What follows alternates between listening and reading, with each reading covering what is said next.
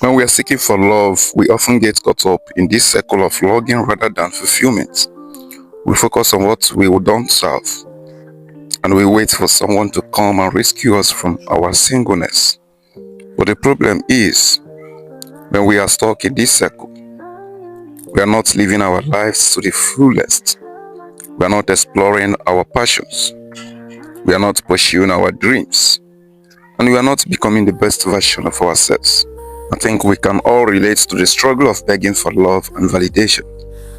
We have all been there at some point or another, where we are desperate for someone to love us, to accept us, and to make us feel worthy. But the truth is, when we are constantly seeking validation from others, we are essentially handing over the reins of our self-worth to someone else. We are saying, hey, I'm not good enough, please fix me. And that is not only exhausting, but it is also super demoralizing. Think about it. When we are begging for love, we are not only losing our sense of self, but we are also settling for scraps. We are settling for whatever crumbs someone decides to throw away, rather than demanding the whole cake. I'm not just talking about romantic love. I'm talking about friendships, family relationships, even online followers. When we are constantly seeking validation, we are giving away our power. And that is just not a healthy place to be. But here is the thing. When we shift our focus from seeking love to self-discovery and personal growth, that is when the real magic happens. That is when we start to become the person we have always wanted to be. And that is when we start to attract people who are genuinely interested in who we are as a person. Not because we are trying to fit into someone predetermined mood, but because we are unapologetically ourselves. So what does it mean to focus on self-discovery and personal growth? It means taking the time to figure out what makes you tick and what you are passionate about and what your values are. It means investing in yourself, whether that is through reading books, taking courses, or seeking out new experiences. It means being intentional about the people you surround yourself with. And it means being kind to yourself as you navigate this journey of self-discovery. One strategy that has really helped me is setting aside time each day to connect with myself.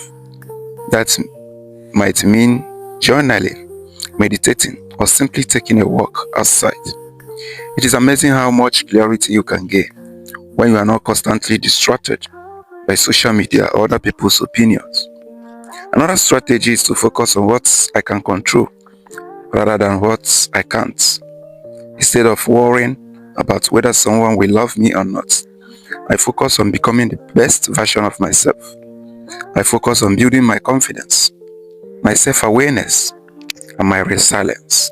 I remember a time when I was in a really toxic relationship and I was so desperate for love and validation that I lost myself completely. I forgot what I liked, what I disliked, and what made me happy. But one day I realized that I had the power to change my circumstances. I started focusing on my own personal growth. I started setting boundaries and I started prioritizing my own needs. And you know what? That is when I started to attract people who were genuinely interested in me. That is when I started to feel worthy, and that is when I started to feel seen. When we focus on living our best lives, we are not only happier, but we are also more attractive to others. We are not desperate, we are not clingy, and we are not needy. We are confident, we are self-assured, and we are whole. And that is when the healthy relationships start to flow in. That is when we start to attract people who are genuinely interested in us, rather than just trying to fill a void. So remember, living your best life is the foundation for attracting healthy relationships. It is not about trying to force someone to love us. It is about becoming the person we have always wanted to be. And when we do that, the right people will show up and they will appreciate us for who we are. Thanks for watching. And I would love to hear from you in the comments below. Have you ever struggled with begging for love and validation? What strategies have helped you shift your focus to self-discovery and personal growth? Let's continue the conversation. And don't forget to check out my other videos. Subscribe to this channel for more relationship tips and personal development. I will catch you in the next video.